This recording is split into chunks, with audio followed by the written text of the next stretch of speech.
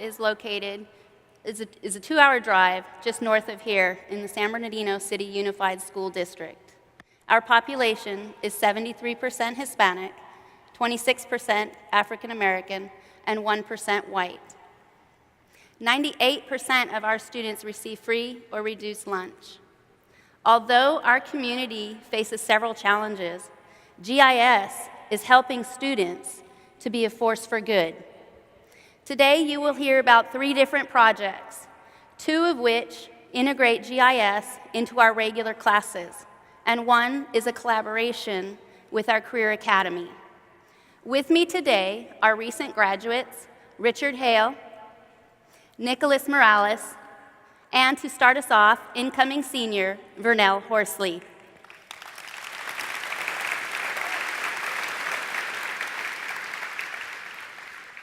Thank you, Ms. Blackburn. I have always wanted to help my community.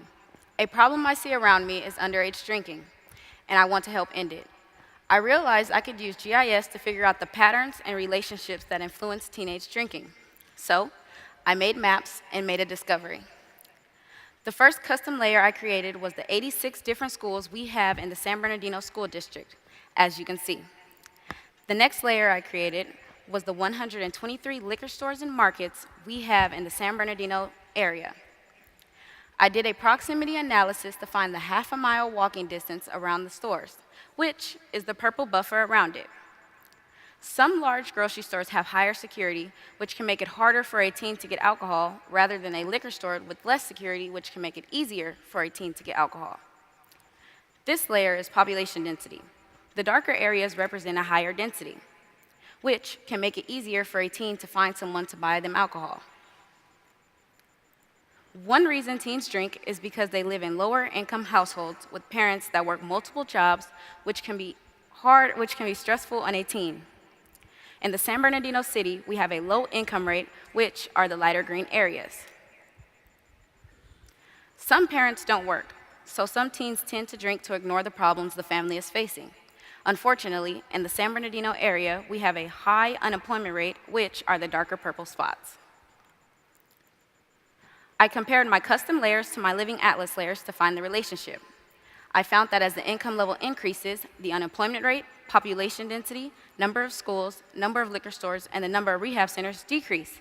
However, as the income level decreases, those 5 factors go up. Although we have rehab centers in San Bernardino, those will never be the only solution. My dream is to open a community center for teens to help them through their challenges in life. All we need to do is stick together and help each other out. Thank you.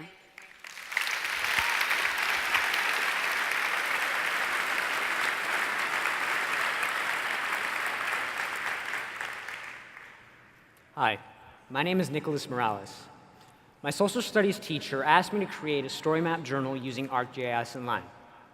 I used a public account and taught her how to use it, and now all of her students use it in research projects. I want to become a politician someday, so I thought, why not create a story map journal on the current presidential election? On the main page, the blue diamonds represent the Democratic delegates, and the red circles represent the Republicans. The symbols show how many delegates are available in each state based on the population of that state. This is a lot of data, so I'll break it down. This page shows Donald Trump. It shows the percentage of delegates captured by Trump in each state. So the largest red circles show 100% of the delegates going to Trump for that state, and the smaller circles indicate a lower percentage.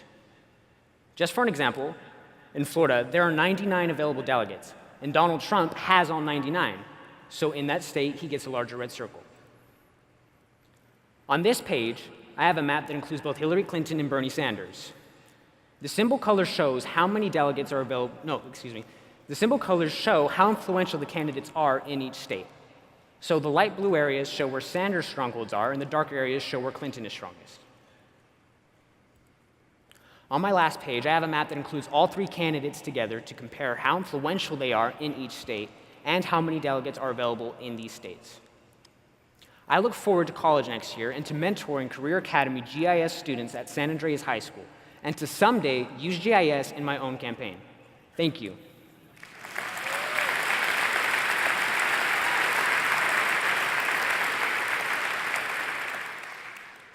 Hello, my name is Richard Hale. I started using GIS software at the beginning of this school year.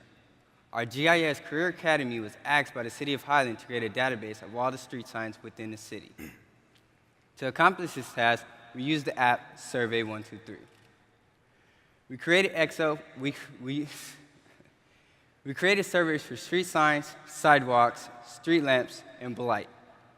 We created the surveys using Excel forms and published them into Survey 123. Let me show you how easy it is to collect data out in the field. When you open up the survey, these basic questions come up, like, is there a sidewalk? Yes. Is there obstructions on the sidewalk? Yes.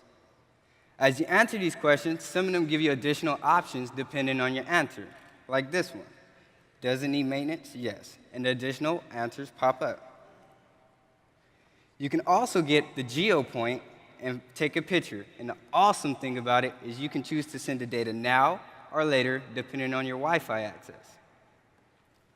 Let's look at all the data that we have collected. Here you can see our school's 1 mile radius within the red circle, and you can see also the highly irregular green polygon, which is the city's border. Let's get into one of our inventories. Here's our blight inventory, which includes graffiti, dumping, boarded up windows, abandoned houses, and potholes. I was able to show this information on the heat map.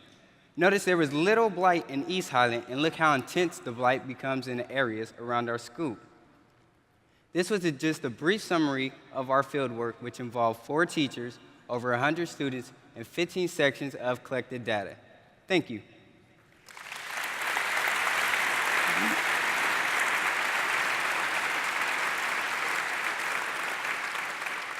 Wow. I am so proud of each of you. Thank you for all your hard work. You now have permission to breathe. Let me share something even more awesome. San Andreas High School is a continuation high school, a credit recovery school. Our students complete a semester's worth of work in only 6 weeks. All of our students come to us with a story. We have students who have been bounced around the foster system, students who have been in and out of juvenile hall, students who are parents, students who have to work full-time to help support their household, and students who are homeless. They all have struggles, and it is our job to embrace these challenges. At the beginning of this school year, none of these students had the self-confidence you saw today. None of these students would have ever believed they would receive scholarships to college. Yet both Nick and Richard received several scholarships this year.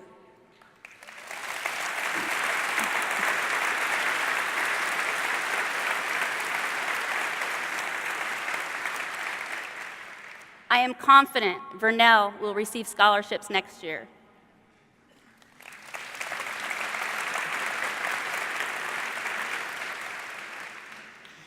We were able to be here to share with you today with the help of my team teachers, Andy Camrat and Dory Stratton, and our geo mentor, James Martinez. We could not have done this without your help. Thank you.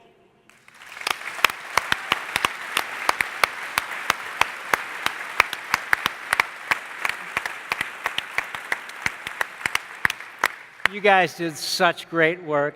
Isn't it exciting when you see young people who are anxious to make a difference?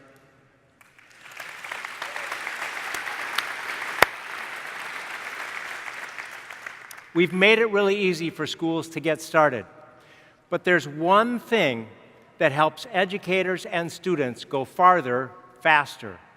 One thing that has been common among all of the teams that have been up here on stage.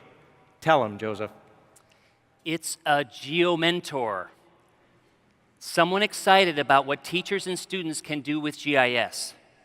Mentors might help a teacher find data, serve maps online, set up field work, or talk about careers. Some commit an hour a week, others an hour a semester, or be on call as needed. You can start easily at geomentors.net. There is guidance, and you can register so that an educator can find you. So, on behalf of all of the students that some of you are already helping, the students and teachers, and for those of you who are going to be helping others in this coming year, and once more for this great team, thank you very much. You knocked it out. You're wonderful. Thank you.